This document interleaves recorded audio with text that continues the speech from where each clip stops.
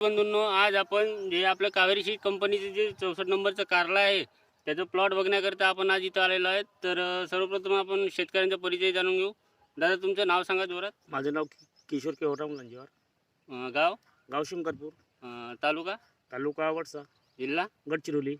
तर बघा शेतकरी बंधूंनो, दादाचं नाव आहे किशोर भाऊ लांजेवार. हे शंकरपूरमधले रहिवासी असून आपले गडचिरोली जिल्ह्यामधले आहेत. तर यांनी किती पाकेटची लागवड केली आपल्या? 4 पाकिट.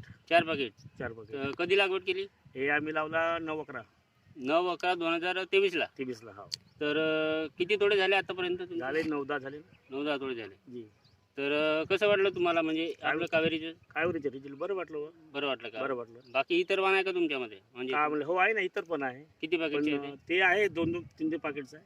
हो का? तिच्यातला आणि हिच्यातला फरक तुम्हाला म्हणजे काय नाही, वाटलं? ते कसं आहे, त्या बाकी कारल्यापेक्षा याचा रिझल्ट मला बरं वाटलंय. बरं वाटलं. बरं वाटलं. हो. आणि फुल पण चांगला येतो हं. आणि फळं पण चांगले, मजबूत, मोठे. उत्पन्नाला आणि वगैरे चांगलं उत्पन्न वगैरे बरंच आहे. बरंच आहे का? हो. तर बघा शेतकरी बंधूंनो, भाऊच्या म्हणण्यानुसार आपली इतर यांच्याकडे इतर वाण पण आहे, पण त्याच्या तुलनेमध्ये आपलं वाण एकदम बेस्ट आहे. म्हणजे त्यांना भरपूर उत्पन्न आलं आपल्या वाणाबद्दल.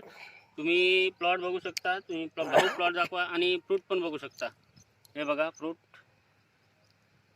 प्लॉट दाखवा थोडंसं.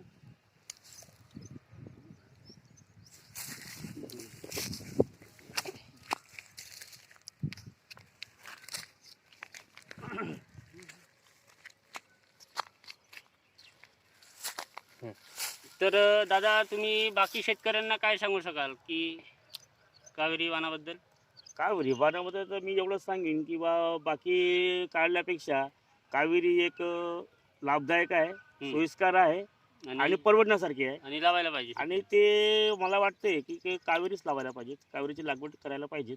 तर बघा शेतकरी बंधूंनो, माझं सुद्धा हेच मत आहे की जर तुम्ही येणाऱ्या काळामध्ये कारली उत्पादन करणार असाल तर जे आपलं कावेरीचं 64 नंबरचं कारला आहे या वाणाची निवड करा आणि आपलं उत्पन्न वाढवा. धन्यवाद.